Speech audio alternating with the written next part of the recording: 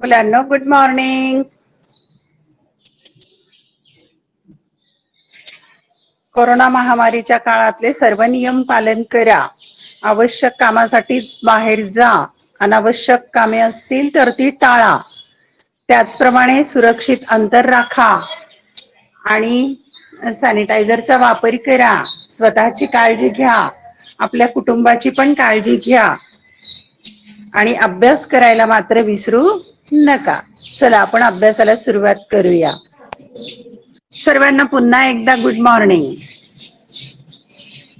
हे video lecture मी record करत आहे, त्यामुळे तुम्ही केव्हाही युट्यूबला जाऊन पाहू शकता. सुस्वागतम. मराठी व भारती इयत्ता 12वी हा विषय आपण अभ्यासाला घेतलेला आहे. या पुस्तकामधील आपण कविता क्रमांक 4 आहे, रे थांब जरा आषाढ घना, ही कविता अभ्यासणार आहोत. या कवितेचे कवी आहेत बा भ बोरकर. बा भ बोरकर, बाळकृष्ण भगवंत बोरकर असं त्यांचं संपूर्ण नाव आहे. आणि जन्माचा कालखंड दिलेला आहे 1910 आणि मृत्यू झालेला आहे त्यांचा 1984. आपण अतिशय सुंदर असं निसर्ग काव्य अभ्यासणार आहोत. रे थांब जरा आषाढ घना, आषाढ महिना आणि त्या महिन्यात आलेले ढग. घन याचा अर्थ आहे ढग, जे भरलेले ढग आहेत, पाणी घेऊन आलेले आहेत. त्या आषाढातील मेघाला, घनाला, ढगाला कवी थांबायला सांगत आहेत. चला तर पाहूया आपण. कवी बा भ बोरकर यांचा परिचय. अत्यंत श्रेष्ठ कवी आहेत. खूप सुंदर सुंदर कविता त्यांनी लिहिलेल्या आहेत. नंतर कादंबरीकार, कादंबरी लेखन पण त्यांनी केलेलं आहे. ललित लेखक म्हणजे लहान लहान स्वरूपाचे, हलक्या फुलक्या स्वरूपाचे लेखही लिहिले.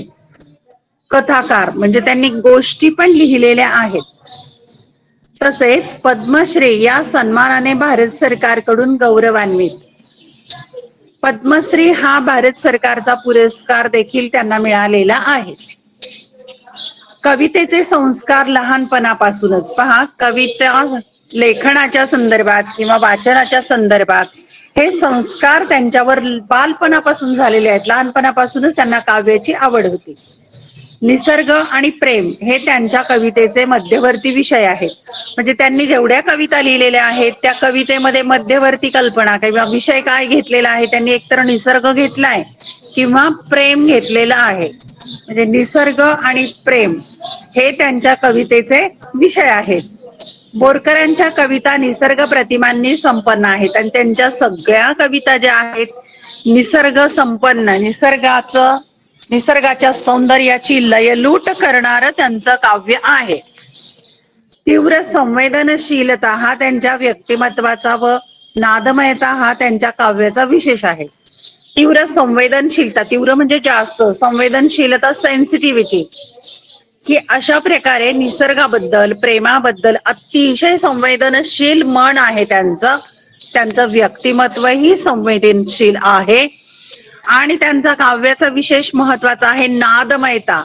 त्यांच्या काव्यामध्ये लय आहे, ताल आहे, सूर आहे, नाद आहे. वाचताना, ऐकताना हे काव्य खूप सुंदर असं वाटतं. 1960 साली त्यांच्या तोपर्यंतच्या सर्व कवितांचा संग्रह बोरकरांची कविता या नावाने प्रकाशित झाला. म्हणजे त्यांनी जेवढ्या कविता लिहिलेल्या आहेत 1960 पर्यंत त्या सर्व कवितांचा समावेश करून कविता संग्रह तयार केला. त्याचं नाव आहे बोरकरांची कविता. सगळ्या कविता त्यात आहेत आणि तो 1960 साली प्रकाशित केला. त्यांच्या कविता संग्रहांची नावं पाहू. गीतार, चैत्र पुनव, चांदनवेल, कांचन संध्या, अनुरागिनी, चिन्मयी हे त्यांचे काव्यसंग्रह आहेत. आणि आपल्याला आता अभ्यासक्रमातील जी कविता आहे ती चैत्र पुनव या कविता संग्रहामधून घेतलेली आहे. कागदी होड्या, घोमटावरले पारवे, चांदण्याचे कवडसे, पावला पुरता प्रकाश हे त्यांचे लेख संग्रह आहेत. त्यांनी जे जे लेख लिहिलेले आहेत ते संग्रह या लेखसंग्रहामध्ये आहेत. तसेच मावळता चंद्र, अंधारातली वाट, भाविन, प्रियदर्शिनी, समुद्रकाठची रात्र इत्यादी ललित साहित्याची पुस्तके प्रसिद्ध आहेत. ललित लेखनही केलेले आहेत आणि या प्रकारची पुस्तके त्यांची प्रकाशित झालेली आहेत. त्यांच्या सासाय या कोकणी कविता संग्रहाला साहित्य अकादमी पुरस्काराने सन्मानित करण्यात आलेला आहे. कोकणी कविता पण त्यांनी लिहिलेल्या आहेत. कोकणी भाषेत लिहिलेल्या कविता, त्या कविता संग्रहाचं नाव आहे सासाय आणि या कविता संग्रहाला पण पुरस्कार प्राप्त झालेला आहे साहित्य अकादमीचा. आता आपण या काव्यामध्ये काय मध्यवर्ती कल्पना आहे ती थोडक्यात पाहूया. निसर्ग सौंदर्याने ओथंबलेल्या, निसर्ग सौंदर्य भरलेल्या रे थांब जरा आषाढ घना या कवितेत काव्यही तितकेच ओतप्रोत भरलेले आहे. निसर्गामध्ये जसं सौंदर्य हे लयलूट झाले त्याप्रमाणे या काव्यात देखील सौंदर्य भरलेलं आहे. आषाढ मासातील पावसाने निसर्गाला चहूबाजूने हिरवाईच्या नाना छटांनी नटवलेले आहे. आजच्या काळातही तुम्ही पाहता पाऊस झालेला आहे आणि आषाढ मासामध्ये निसर्ग किती बहरलेला आहे. चहू बाजूने हिरवाई फुललेली आहे आणि पहा हिरवा रंग सुद्धा किती छटा आहेत त्याला, कुठे फिकट, कुठे गडद, कुठे पिवळसर छटा त्यामध्ये मिसळलेली. हिरवी झाड सुद्धा वेगवेगळ्या रंगांची आहेत. हिरव्या रंगांच्या वेगवेगळ्या छटा आहेत. झाड, पानं, फुलं, निसर्ग, पशु आणि पक्षी पावसाने न्हावून निघालेली आहेत आणि हिरवाई चहू बाजूने आपल्या बाजूला दिसू लागली. आता हे निसर्ग सौंदर्य अनुभवायचे असेल तर आषाढ मेघाने क्षणभर थांबावे. आणि मग कवीने कल्पना केली आहे की आषाढ मेघा ढगाला सांगितलंय, नभाला सांगितलंय की तू थांब बरं आणि थोडा वेळ हे निसर्ग सौंदर्य पहा. आणि निसर्गात त्यानेच घडवलेली रंगीबेरंगी जादुई किमया पाहण्याची संधी आपणाला द्यावी असे कवीला वाटते. आणि ही खर तर निसर्गाची किमया आहे. किती निसर्गाचं नवल आहे पहा. इवलस बीज जमिनीच्या कुशीमध्ये झोपलेलं असतं, त्याला पाणी मिळतं, जमिनीची ऊब मिळते आणि मग अंकुर बाहेर येतो, 2 पानं होतात, फांद्या तयार होतात, मग पानं फुलं निर्माण होतात. अशा प्रकारे निसर्गाने किती सुंदर जादू केलेली आहे आणि ही जादू पाहण्याची संधी आपल्यालाही मिळावी असं कवीला वाटतं. म्हणून कवी म्हणतात आषाढ मेघा रे थांब जरा, जरासा थांब आणि ही सुंदर रंगी बेरंगी जादू ही किमया तू पहा. आणि कोणी घडवलेली आहे? निसर्गाने किंवा परमेश्वराने किंवा घनाने असं आपण म्हणूया. मेघा तू थांब, घना तू थांब. निसर्गाने घडवलेली रंगीबेरंगी जादू ही किमया पाहण्याची संधी मिळावी असं कवीला वाटतंय. आणि मग कवी म्हणतात आषाढ मेघ थांबला तर लालसर मातीतील हिरवीगार शेते. आता पहा आषाढ मेघ थांबणार आहे, मग त्याला काय काय दिसेल तर लालसर मातीतली हिरवीगार शेती. शेत कशी हिरवीगार फुललेली, डवरलेली, पहरलेली दिसतील आणि माती लालसर असेल, काळसर असेल, कुठे मुरमाड असेल, ज्या त्या मातीच्या प्रकारानुसार. आणखी काय दिसणार आहे? शेतात चाललेली अवत. आता शेती करण्याचं हे एक अवजार आहे. आजच्या काळात तर यांत्रिक पद्धतीने ट्रॅक्टरच्या सहाय्याने शेती केली जाते. वेळूंची बेटे, बांबूची बेटे दिसतील, फुललेला केवडा, फुलांचा प्रकारे केवडा, सोनचाफा, लाजरी जाई. जाईला कसं विशेषण वापरलंय, लाजरी जाई. हे निसर्ग सौंदर्य मनसोक्त पाहता येईल. आषाढ मेघा तू थांब आणि हे निसर्ग सौंदर्य बहरलेलं तू पहा. मग ती हिरवगार शेत असेल, शेतात चाललेला औत आहे, बांबूची वेळूंची बेटा आहेत आणि फुललेली वेगवेगळी फुलं, केवडा, सोनचाफा, लाजरी जाई. हे निसर्ग सौंदर्य मन भरून तू पाहून घे. रत्नजडित पंखांच्या फुलपाखरांचे थवे. आणखी काय काय दिसते? फुलपाखर तुम्ही पाहिले ना किती सुंदर.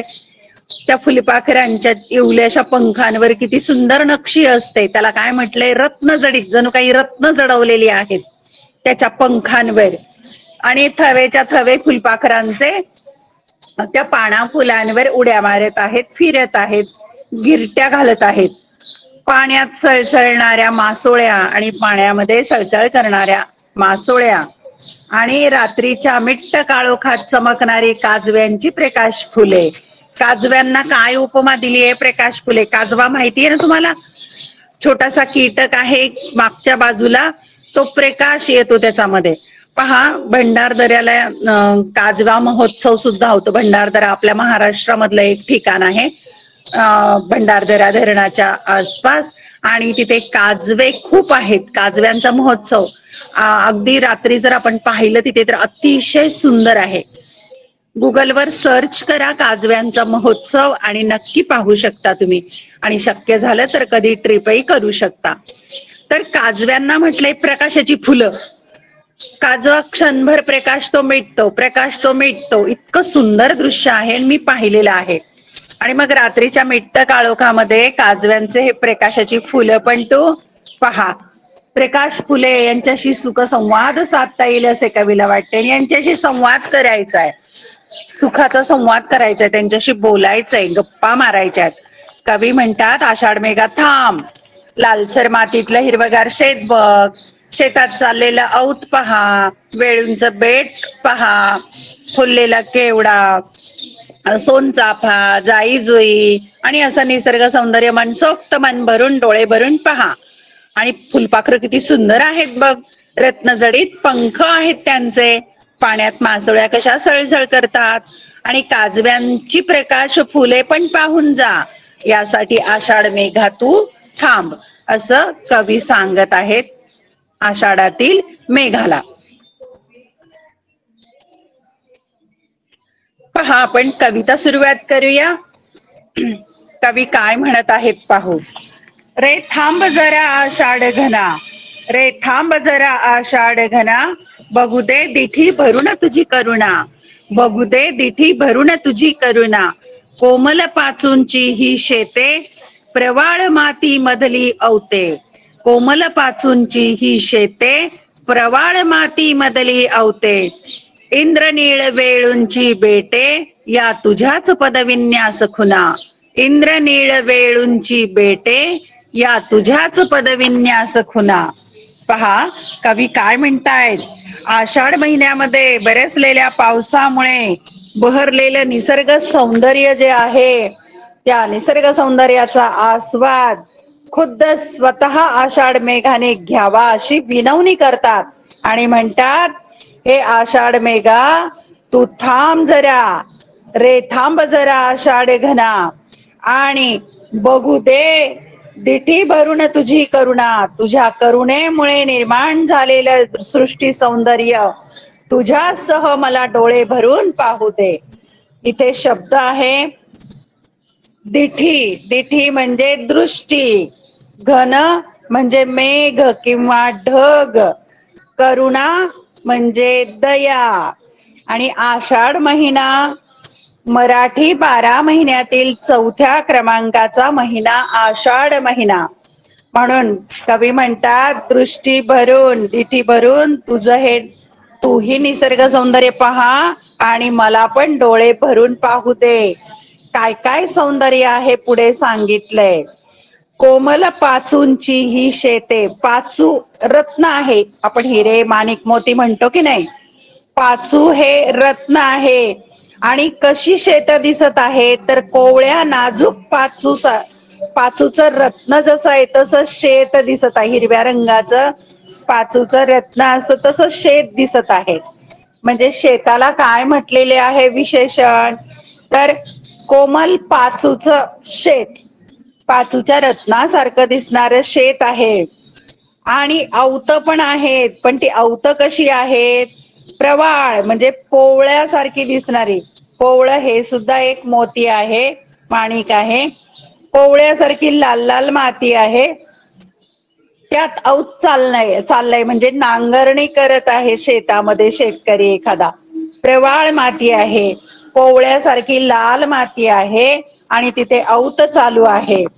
त्याचप्रमाणे बेटे आहेत, तिथे बांबूंची किंवा वेळूंची बेट आहेत. ती कशी आहेत तर इंद्रनील रत्नासारखी, इंद्रनील हे सुद्धा रत्न आहे. त्या रत्नासारखी बांबूची किंवा वेळूंची बेट दिसत आहेत. आणि हे निसर्ग सौंदर्य म्हणजे काय, तर या तुझ्या पदविन्यास खुणा, पदविन्यास, पद म्हणजे पाय, खुणा म्हणजे चिन्ह किंवा पाऊल खुणा, म्हणजे धर्तीवर उमटलेल्या तुझ्या या पाऊल खुणा आहेत असं कवी म्हणत आहेत. पहा, म्हणजेच काय, तर निसर्ग सौंदर्य जे आहे त्याला वेगवेगळ्या रत्नांची नावं दिलेली आहेत. कोणकोणती नावं दिली आहेत, तर ती पुन्हा एकदा आपण पाहूया. शेतांना म्हटलेलं आहे कोमल पाचू. शेत म्हणजे काय, कोमल पाचू सारखे दिसतात. आणि शेतात असणारी अवत प्रवाळ मोत्यासारखी दिसतात किंवा ती माती लालसर दिसते. आणि वेळूंची बांबूंची बेट इंद्रनीळ या मोत्यासारखी दिसतात. आणि हे काय आहे निसर्ग सौंदर्य, तर निसर्गाने घडवलेल्या या खुणा आहेत, धर्तीवर उमटलेली निसर्गाची पावलं आहेत. जणू काही मेघा तुझीच पावलं धर्तीवर उमटलेली आहेत, ती तू पण बघ आणि मलाही बघू दे असं कवी म्हणत आहेत. पुढच्या कडव्यामध्ये कवी म्हणत आहेत, आता पहा की मेघाचं आगमन झालंय, मग काय घडलंय. रोमांचित ही गंध केतकी, फुटे फुली ही सोन चंपकी, लाजून या जाईच्या लेकी, तुझ चोरून बघती पुन्हा पुन्हा. रोमांचित ही गंध केतकी, फुटे फुले ही सोन चंपकी, लाजून या जाईच्या लेकी, तुझ चोरून बघती पुन्हा पुन्हा. आता इथे पहा, गंध केतकी, केतकीची फुलं पण सुवासिक फुलं, गंध म्हणजे सुवास. केतकी कशी झालेली आहे, रोमांचित झालेली आहे. आणि त्याच वेळेला सोन चाफ्याची कळी किंवा फुलं फुललेली आहे, ती झुलत आहेत. फुटे फुली ही सोन चंपकी, सोन चाफ्यावर पण कळी फुललेली आहे. म्हणजे केतकी हे जे आहे फूल ते पण सुवासिक आहे, रोमांचित झालंय. आणि सोनचाफ्यावर पण नवनवीन फुलं आलेली आहेत, कळ्या फुलल्या आहेत. त्याच वेळी जाईच्या फुलाचं काय घडलंय, तर जाई लाजत आहे, डोलत आहे. आणि लाजून या जाई जुईच्या लेकी म्हणजे ती फुलं लाजून चूर झालेली आहेत. आणि काय करतात अशा वेळेला, तुझं चोरून बघती पुन्हा पुन्हा, तुझ्याकडे चोरून बघत आहेत ती फुलं. जाई जुई लाजते आणि आकाशातील मेघाकडे चोरून बघत आहे. किती सुंदर कल्पना आहे ना, प्रतिमा संपन्न असं हे काव्य. म्हणजेच कवी म्हणतात की गंधित सुवासिक केतकी रोमांचित झालेली आहे, सोनचाफ्याला नवी नवी फुलं आलेली आहेत, कळी झुलत आहे. आणि जाई जुईच्या लेकी लाजत आहेत आणि चोरून मेघाला पाहत आहेत असं कवी इथे म्हणतात. पुढच्या कडव्यामध्ये कवी म्हणतात, उघड गगन कर घडी भर आसर, आणि खुले कर वासर मणी घर, वाहू दे यात वकिमयेवर कोवळ्या नव्या हळदुव्या उन्हा. पहा, आता शब्द समजावून घेऊ आपण. या इथे आसर हा एक नवीन शब्द आलेला आहे. आसर याचा अर्थ पाऊस थोडा वेळ थांबणं, उघडीप म्हणतो ना आपण, पाऊस उघडला. नंतर वासरमणी, वासरमणी म्हणजे सूर्य, वासर म्हणजे दिवस, वासरमणी म्हणजे सूर्य. किमया म्हणजे जादू, जादू आहे ही निसर्गाची. आणि हळदुव्या म्हणजे ऊन पिवळ्या रंगाचं असतं ना, म्हणून पिवळ्या रंगाच्या उन्हाला हळदुव्या उन्हा असं म्हटलंय कवीने. पहा, कवी काय म्हणत आहेत, उघड गगन म्हणजे तू सलग पडू नको, सलग बरसू नको, तर घडीभर कर, घडीभर आसर, की थोडा वेळ उघडीप कर, थोडा वेळ थांब आणि मग पुन्हा ये. आणि खुले कर म्हणजे तुझं सूर्याचं घर जे आहे, वासरमणी घर, सूर्याचं घर खुलं कर, मोकळं कर. म्हणजेच काय, तर हे आकाश स्वच्छ दिसू दे. तुम्हाला माहितीये, पाऊस पडून गेला की आकाश निरभ्र झालं की किती स्वच्छ वाटतं. इथे कवी म्हणत आहे, थोडा वेळ थांब जरा, आता बरसू नको. सूर्याचं घरदार मोकळं कर, उघडून ठेवा, आकाश स्वच्छ दिसू दे आणि तुझ्या जादूने हे नवीन कोवळं हळदीचं ऊन, हळदीसारखं ऊन धरतीवर येऊ दे. म्हणजे सूर्याचं दार खुलं कर आणि त्या बिचाऱ्या उन्हाला मस्तपैकी धरतीवर येऊ दे. त्या उन्हाला म्हटलेले हळदुव्या, हळदी सारखं पिवळं पिवळं ऊन या धरतीवर येऊ दे. अशा प्रकारे कवीने घणाला थांबायला सांगितले. घडीभर तू आसर कर. आसर कर म्हणजे उघडीप कर.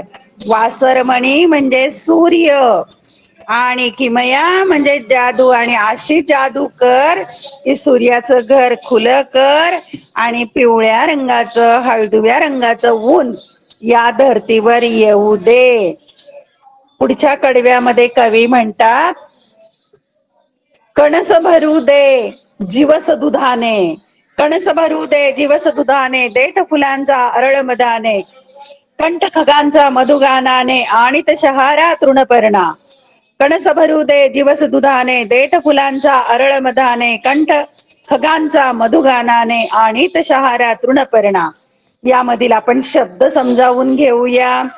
कणस म्हणजे कणीस, कणसाला म्हटले माहिती, ज्वारी बाजरी गव्हाचं कणीस, ओंबी गव्हाच्याला ओंबी म्हणतात, ते कणीस. जीवस म्हणजे पौष्टिक, दूध कसं आहे पौष्टिक, आपलं शरीर सुदृढ करतं. नंतर अरळ म्हणजे अलवार, कोमल, सुंदर अशा अर्थाने. नंतर कंठ म्हणजे गळा, कंठ गळा म्हणतात. नंतर खग म्हणजे पक्षी, खग पक्षी. मधुगान म्हणजे गोड गाणं किंवा गीत, सुरेल गीत असं. आणि तृणपर्ण म्हणजे गवताचं पात. तृण म्हणजे गवत, पर्ण म्हणजे पान. तृणपर्ण म्हणजे गवताचं पात. इथे कवी काय म्हणतायत पा, कणस भरू दे जीवस दुधाने, की ताटावर झुलणारे कणसाचे दाणे तुझ्या पौष्टिक दुधाने भरू देत. कणस, कणीस कशाने भरू दे, जीवस दुधाने म्हणजे पौष्टिक दुधाने हे सगळी कणस भरू दे. त्याने या लोकांना पौष्टिक अन्न मिळेल. पौष्टिक अशा प्रकारच्या दुधाने तुझं कणीस भरू दे.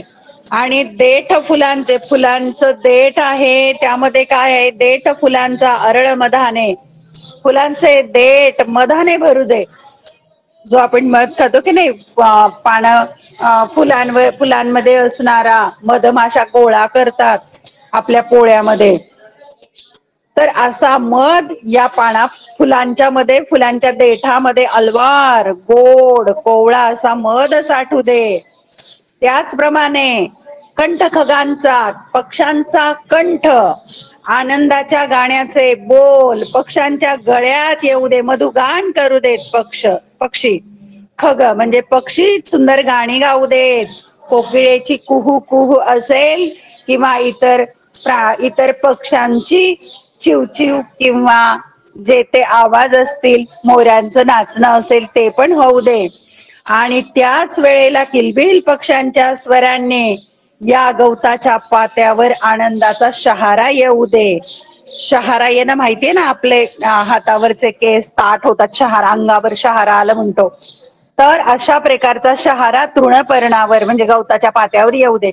दवबिंदू दिसतात की नाही, पानं, फुलं, झाडं, गवताच्या या पात्यांवर, तिथं म्हटलंय पक्ष्यांची किलबिल होऊ दे आणि त्या गाण्याने किंवा त्या स्वराने गवताच्या पात्यावर शहारा फुलू दे, अंगावर शहारा फुलू दे. इथे कवी म्हणत आहेत, ताटावर झुलणारे कणसाचे दाणे तुझ्या पौष्टिक दुधाने भरू देत आणि फुलांच्या देठात अलवार कोवळा मध साठू दे. आनंदाच्या गोड गाण्याचे बोल पक्ष्यांच्या गळ्यात येऊ देत. पक्ष्यांच्या किलबिल स्वरांनी गवत पात्यांवर आनंदाचा शहारा फुलू दे. पुढच्या कडव्यामध्ये कवी म्हणत आहेत, आश्लेषांच्या तुषार स्नानी, आश्लेषांच्या तुषार स्नानी भिवन पिसोळी थव्या थव्याने, रत्नकळा उधळीत माध्याने, नानोत इंद्रवर्णात वना. आश्लेषांच्या तुषार स्नाने भिवन पिसोळी थव्या थव्याने, रत्नकळा उधळीत माध्याने, नानोत इंद्रवर्णात वना.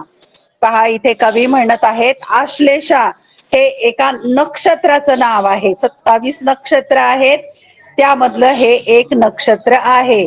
आश्लेषा हे नक्षत्र आहेत. तृषार म्हणजे शिंतोडे किंवा थेंब पडतात की नाही ते. नंतर स्नान म्हणजे आंघोळ करणं. पिसोळी म्हणजे फुलपाखरू, फुलपाखराला इथे पिसोळी समानार्थी शब्द आहे. रत्नकळा याचा अर्थ रत्नांचं तेज, प्रभा, चमक. नंतर माध्यान्ह म्हणजे दुपार, दुपार होणं त्याला माध्यान्ह म्हणतात. न्हानोत म्हणजे आंघोळ करोत, भिजून जावोत अशा अर्थाने न्हानोत. इंद्रवर्णात, इंद्रवर्ण म्हणजे निळा रंग, इंद्रवर्ण म्हणजे निळा रंग. आणि वन म्हणजे वन किंवा जंगल अशा अर्थाने. आता इथे कवी म्हणतात की आश्लेषा नक्षत्रातील, आश्लेषा नक्षत्रामध्ये पडणारा पाऊस आणि त्या पावसामध्ये फुलपाखरे आंघोळ करत आहेत. पण ते तृषार झेलत आहेत, थेंब झेलत आहेत, स्नान करत आहेत. आणि पण मात्र ती फुलपाखरं भिवून भित्री आहेत आणि थव्या थव्यांनी फुलांवर उडत आहेत. आणि अशा प्रकारे त्यांना भिरभरत राहू दे. म्हणजेच काय, पाऊस उघडून गेल्यानंतर फुलपाखरं पाना फुलांवर तुषार झेलत थव्या थव्यांनी भिरभिरत राहू देत. आणि भर दुपारी माध्यान्हे रत्नकळा किंवा रत्नांची किरण उधळीत भिरभरणारी ही फुलपाखरं आणि या वनराईला निळ्या रंगात बुडवून टाक. नानोत इंद्रवर्णात वना. या चित्रामध्ये पण दाखवलंय पहा, ही फुलपाखरं भिरभरत आहेत.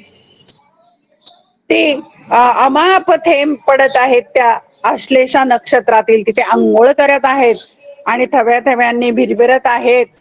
भर दुपारी अशी रत्नासारखी किरण उधळीत हे एकत्र भिरभिरणारी फुलपाखरे या वनराईला निळ्या रंगात बुडवू दे. आणि हिरव्या रंगाची वनराई निळ्या रंगात, असं कवी म्हणत आहेत. शेवटचं का, काळोखाची पीत आसवे, पालवीत उमलता काजवे, करुदे मज हित गुज त्यासवे, निरखित जळातील विधुवदना. काळोखाची पीत आसवे, पालवीत उमलता काजवे, करुदे मज हित गुज त्यासवे, निरखित जळातील विधुवदना. कवी म्हणत आहेत, शब्द पाहूया आपण. इथे पीत, पीत म्हणजे पिऊन घ्यायचे. आस्व काय, पिऊन घ्यायचे. आसवे म्हणजे अश्रू. नंतर हितगुज याचा अर्थ मनातील गुप्त गोष्ट, मनातील गोष्ट किंवा मनोगत सांगणं, त्याला म्हणायचं आहे हितगुज करणं, मनाशी संवाद करणं. नंतर त्या सवे म्हणजे त्याच्या बरोबर, सवे म्हणजे बरोबर. निरखित म्हणजे निहाळणं, पाहणं, बारकाईने पाहणं, निरखून पाहणं. जळ म्हणजे पाणी, जल. विधुवदन म्हणजे चंद्रबिंब, विधू म्हणजे चंद्रबिंब, चंद्र. विधुवदन म्हणजे चंद्रबिंब, पाण्यात प्रतिमा पडते ना चंद्राची, त्याला विधुवदन किंवा चंद्रबिंब असं म्हणतात. इथे कवी म्हणतात की काळोखाचे अश्रू प्यायचे, काळोखाची पीत आसवे, आणि त्याच वेळेला पालवीत ओलसर, पालवणे ओलसर करणे, काजवे जी आहेत ती चमकत आहेत. करू दे मज हित गुज त्यासवे, त्या काजव्यांच्या बरोबर गप्पा गोष्टी करू दे. आणि त्याच वेळेला पाण्यात तरंगणारं चंद्रबिंबाचं सौंदर्यही मला निहाळू दे, पाहू दे. कवी म्हणतात, काळोखाची अश्रू पिऊन ओलसर वातावरणातील मिट्ट काळोखाचे दुःख अनुभवत किंवा झाडांच्या कोवळ्या पानातून उमललेल्या काजव्यांशी मला गुजगोष्टी करू दे, गप्पा मारू दे, हितगुज करू दे. आणि पाण्यात तरंगणाऱ्या चंद्रबिंबाचे सौंदर्य निहाळीत मला काजव्यांची हितगुज करू दे, काजव्यांबरोबर गप्पा मारू दे. अशा प्रकारे कवी सांगत आहेत की काजव्यांच्या बरोबर गुजगोष्टी करू दे आणि चंद्रबिंबाचे सौंदर्य मला निहाळू दे. अशा प्रकारची कविता चैत्र पुणव या काव्यसंग्रहातून कवीने घेतलेली आहे. आता आपण पाहूया या कवितेवरील कृती सोडवायला दिलेली आहे ती आपण पाहूया. कृतीमध्ये पहिला प्रश्न किंवा पहिली कृती दिलेली आहे कारणे शोधा. पहिली कृती दिलेली आहे कारणे शोधा. कवी आषाढ घनाला थांबायला सांगतात कारण. त्याचं उत्तर लिहायचं कारण आषाढ घनाच्या कृपेने निर्माण झालेले निसर्ग सौंदर्य त्याच्या सोबत कवीला डोळे भरून पाहायचे आहे. दुसरं, कवीने आषाढ घनाला घडीभर उघडण्यास सांगितले कारण.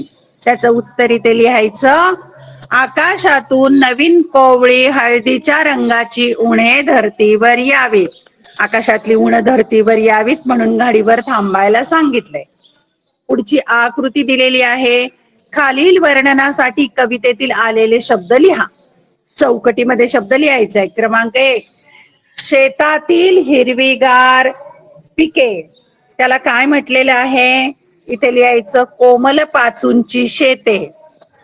2, कोवळ्यांसारखी लाल कणीदार माती. त्याला काय म्हटलेलं आहे प्रवाळ माती. 3, वेळूंच्या बेटांचे वर्णन करणारा शब्द. वेळूंच्या बेटाला इंद्रनील म्हटलंय. 4, फुलपाखरांच्या पंखावरील रत्नासारखे तेज दर्शवणारा शब्द. त्याला रत्नकळा असं म्हटलेलं आहे. पुढची कृती दिलेली आहे एका शब्दात उत्तर लिहा. एका शब्दातच उत्तर द्यायचं आहे आणि त्यासाठी एक, रोमांचित होणारी. कोण रोमांचित होते तर याचं उत्तर येईल गंधकेतकी. 2, नव्याने फुलणारी आहे सोनचंपकी. 3, लाजणाऱ्या कोण आहे जाईच्या लेकी. असं उत्तर लिहायचं एक एक गुणासाठी, अर्ध्या गुणासाठी असेल. नंतर ई प्रकार दिलाय कृती करा. कृतीमध्ये दिलेलं आहे की क्रमांक 1, कवीने आषाढ घनाला करायला सांगितलेली कामे. आषाढ घनाला काय काय कामे सांगितलीत तर इथे 4 बाण दाखवलेत. पहिल्या बाणाच्या ठिकाणी लिहायचं जरासा थांबून तुझी करुणा पहा. दुसऱ्या ठिकाणी लिहायचं तुझ्याच पाऊल खुना पहा. तिसऱ्या ठिकाणी लिहायचं थोडीशी उघडीप कर आणि गगन मोकळे कर. चौथ्या ठिकाणी लिहायचंय सूर्याचे घर खुले कर. पुढची कृती आहे आषाढ घन घडीभर थांबल्यावर घडणाऱ्या गोष्टी. म्हणजे आषाढ घन थांबले की काय काय गोष्टी घडतील 4 बाबी लिहायच्या आहेत. 1, ऊन धरतीवर येत आहे. दुसऱ्या ठिकाणी लिहायचं कणीस पौष्टिक दुधाने भरले आहेत. तिसऱ्या ठिकाणी लिहायचंय फुलांचा देठ अलवार मधाने भरला आहे. चौथ्या ठिकाणी लिहायचंय पक्ष्यांच्या गळ्यातील गोड गाण्याने गवत पात्यांवर शहारा आला आहे. अशा प्रकारे कृती ही 2-2 गुणांच्यासाठी येऊ शकते. पुढची कृती दिलेली आहे आपल्याला जोड्या लावायच्या आहेत. त्यासाठी अ गट दिलेला आहे आणि ब गट दिलेला आहे. अ गटामध्ये दिलेला आहे क्रमांक 1, काळोखाची पीत आसवे. मग त्याची जोडी काय येणार आहे आ क्रमांकाची जोडी येईल ओलसर वातावरणातील मिट्ट काळोखाचे दुःख अनुभवत. नंबर 2, पालवीत उमलता काजवे.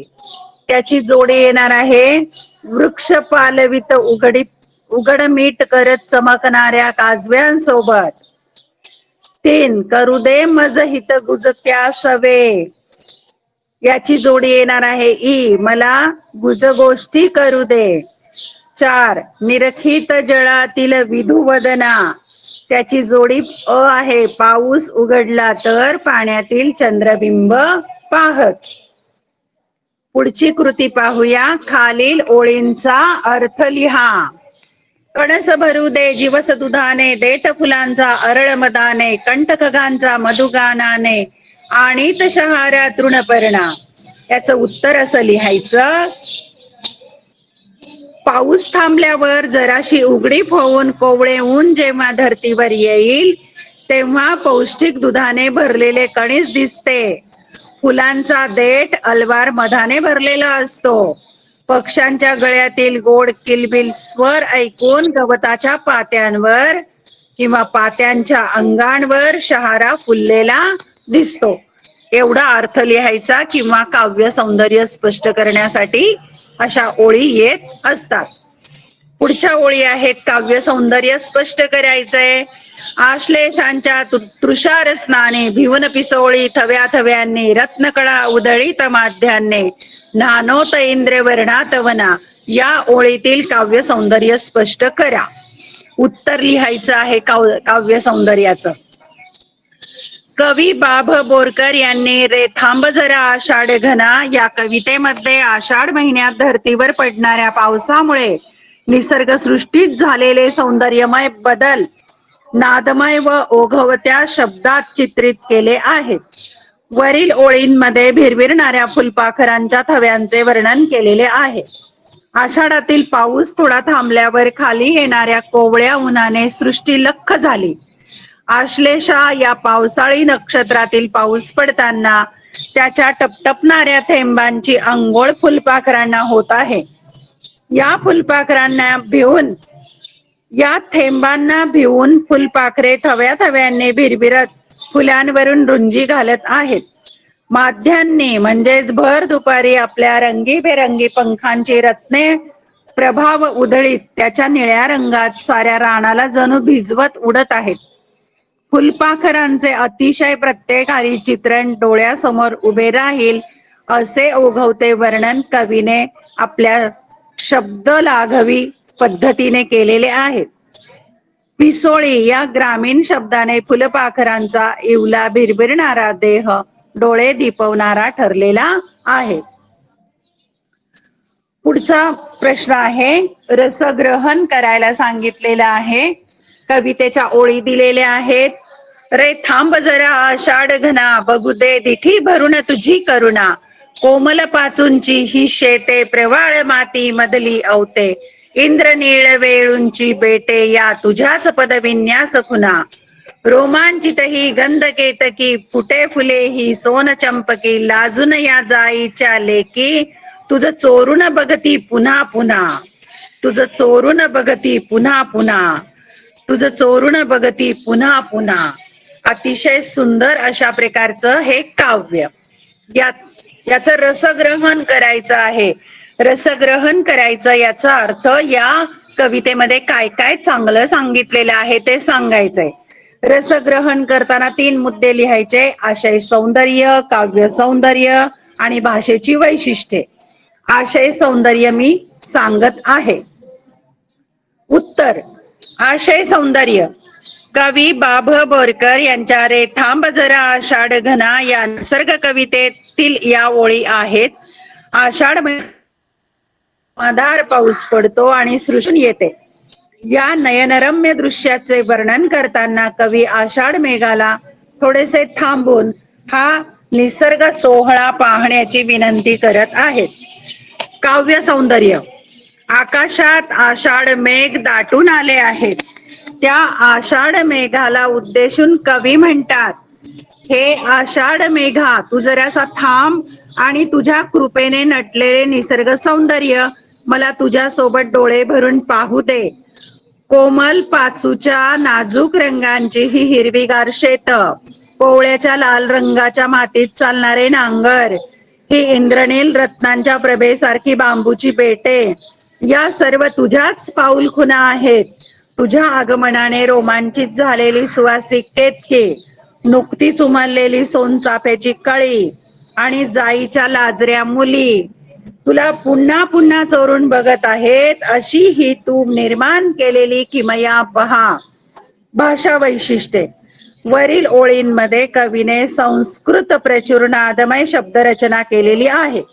आषाढाच्या आगमनाने भोवतालची नटलेली सृष्टी नादमय शब्दकळेत रंगवलेली आहे.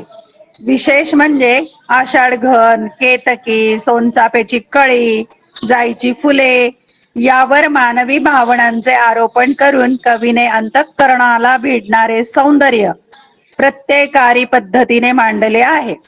निसर्ग आणि मानव यातील सजीव अतूट नाते लालित्यपूर्ण शब्दात चित्रित केलेले आहे.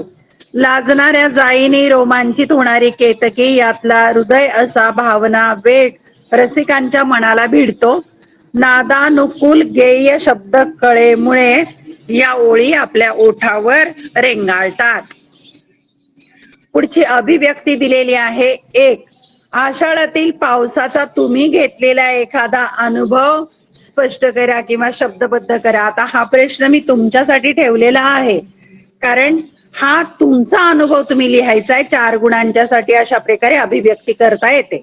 नंतर दिलेला आहे आषाढ घणाचे आगमन झाले नाही तर या विषयावर निबंध लिहा. आता आजच्यासाठी तुम्हाला निबंध लिहायचा आहे तुमच्या मनाने. आषाढ घणाचे आगमन झाले नाही तर. यानंतर उपक्रम दिलेला आहे. 5 निसर्ग कवितांचे संकलन करा आणि त्याचे वर्गात प्रकट वाचन करा. मौखिक परीक्षेला येऊ शकतं. नंतर पावसाशी संबंधित पाठ्यपुस्तकाबाहेरील 5 कवितांचे सादरीकरण करा. पावसाच्या कविता ज्या आहेत पाठ्यपुस्तकाच्या बाहेरच्या वेगवेगळ्या कवींच्या, त्याचं सादरीकरण करता आलं पाहिजे. आणि तोंडी परीक्षेला आहे. रे थांब जरा आषाढ घना या कवितेचे प्रकट वाचन लयीत करा. तालासुरात ही कविता वाचन करायची आहे.